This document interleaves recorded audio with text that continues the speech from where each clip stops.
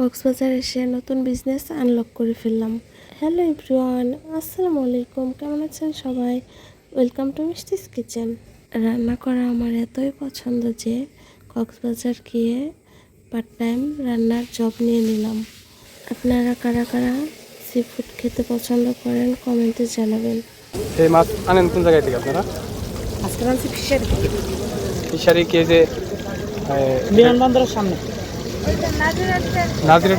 নাজির একটা করে শুটকি মাছের বললি। না, ওই জায়গায় গেছিলাম আজকে আর সকালে। বিমানবন্দরের সামনে যেটা হ্যাঁ, হ্যাঁ। কি ওই জায়গা থেকে ওইটা দিশা হাতে টাইম সেটি যেটা বিমানবন্দরের মুখের সামনে যেটাকে এটা সেটা আমরা ওই শুটকি বললে ওই জায়গায় গেছিলাম দেখা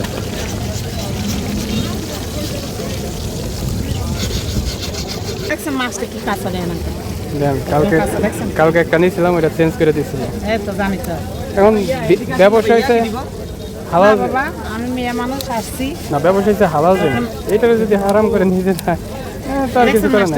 আমরা এই যে বছরে একবার আসি, এখন আপনাদের এইদিকে আইসা যদি আপনার কাছ থেকে সেই জন্য আপনার কাছে বাবা টাকাও নিবে, ভালো খাবার দিলে আমরা বলবো যে গেছিলাম ঘুরতে, খুব ভালো খাবার খাইছি। আর খারাপ দিলে মনে করেন ওইটাও বলবো যে শুনেন আপনার কই দিয়ে আপনার 300 টাকা 350 টাকা দিয়ে এত বড় মাছ দেবে, আপনি খুশি হবেন দেখে। কিন্তু তারপর যে আপনার কি করবে আপনি নিজেও জানেন না। ভালো দাম দিয়ে কিনলেও দেখা গেছে যে মানে তাদের নাম্বার করে দেয়। ওইটা ছেলেদের কারবার। এখন এটা করে কি লাভ পায়? এখন আপনি যদি আমারে ভালো একটা জিনিস যদি বলেন লাভ আছে যে কিরকম লাভ আছে মনে করেন আমাদের এখানে লাভ থাকে যে সবগুলো বিক্রি করে কত টাকা। আপনি যদি বলেন যে এটা ভালো জিনিস, শুনেন ওদের লাভ আছে। কেন লাভ আছে বুঝেন? ওরা একটা মাছের কমপক্ষে 10 থেকে 12 বার বেচা কিনে দেয়। এটা বুঝি তো। যেমন এবারে ওরা 2-3 দিন মাছ এগুলোর বিক্রি করবে, করার পরে লাস্টে এটা কি করবে, ওইটার আবার ঝাল হয়ে যাবে, ওইটার আবার পাল্লাইনে মাছ হয়ে যাবে। আবার এটারা কি একবারে 50,000 টাকার মাছ নেবে। আমি বলি নিয়ে কি করবো বুঝলেন, 3 দিন বই বেচতে বুঝছে। ওরা 2-3 লাখ টাকা কামাই করে আবার 50,000 টাকা মাছ আবার নেবে 50,000 টাকা। আবার ওই মাছগুলো পরবর্তীতে যেগুলো থাকবে ওগুলো এরা পরে দেবে। কারে বুঝতে দেবে? পারছি, মানে প্রতিনিয়ত খালি কি করতে চলে ওনাদের কাছে। এখন আমরা তো বুঝতে আমরা পারছি। তো মনে করেন যেটা আনি সেটা বিক্রি করি। এখন আমরা যদি বিক্রি করি ওরা বলে কি কইতে পারেন, এই যে আমি ওই জায়গাতে এত বড় মাছ কিনছি 200 টাকা চাইছে, আপনি কেন এটা এত টাকা চাইলেন? এই যে জিনিসটা বুঝাইতে পারেন না। হ্যাঁ, মানুষের প্লাস্টিক রিসাইকেল করে তো ওরা মাছ করে দেয়। এইগুলা কিন্তু হবে, পার্সেল হবে। হ্যাঁ, না এখন না। আমরা বলতেছি এটা খান না, এটা খাবো না বলতে হয়ে গেলে খাবে না বলে না, খাবো না বলতে আমাদের লোক আছে। একটা খাই দেখেন আমাদের লোক আছে একটা আচ্ছা, একটা নেই, সমস্যা নেই। রাখো তুমি সামনে যাও। কেমন মাছকে পুরোটা পিস করে দিবেন না? আরো পিস করবো। দেখেন মাছগুলো দেখে এবার আন্টির কাছে খাইয়েন। আন্টি দুইটা এমনি রাখবেন। বড় তো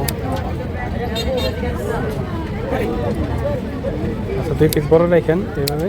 আর বেশি করা পাইছেন না, মানে না তার দাম বেশি করা বাজলে মজা হবে না। তো না আমি জানি এগুলো বলতে হবে না। এই জায়গায় কি ভাড়া থাকেন না নিজস্ব বাসা না আছে? বাবা আমার নিজের ঘর ভাড়া।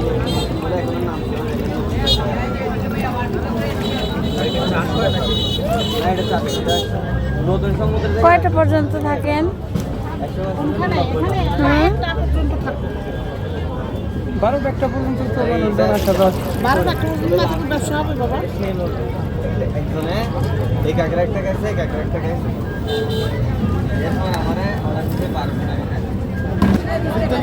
মশলা তো নিজেই বানান না এটা? আমার নিজের হাতে বানানো এগুলো, বাসা থেকে নিজের হাতে বানাই আমি। এখানে 400 টাকা টিপস নিয়ে যাও না, দিব না। নিয়ে যেতে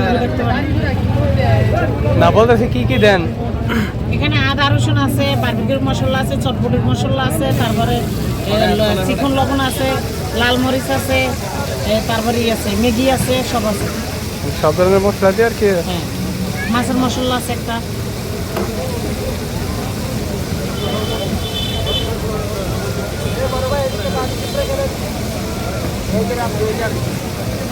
এই জন্য তো বলছি যে আপনি এভাবে খান তাহলে একটু ভালো লাগবে না, ওভাবে খাইলে এটা ঢুকতে হবে। আপনারা যারা সি ফুড খেতে চান তারা অবশ্যই এই আন্টির দোকানে এসে সি ফুড খেতে পারেন নির্দ্বিধায়। এই আন্টি লাইভে মাছ কেটে ধুয়ে ভেজে দিবে। এই আন্টির দোকান সুগন্ধ পয়েন্টে অবস্থিত। ভিডিওটি ভালো লাগলে লাইক কমেন্ট শেয়ার দিয়ে পাশে থাকবেন। আল্লাহ হাফেজ।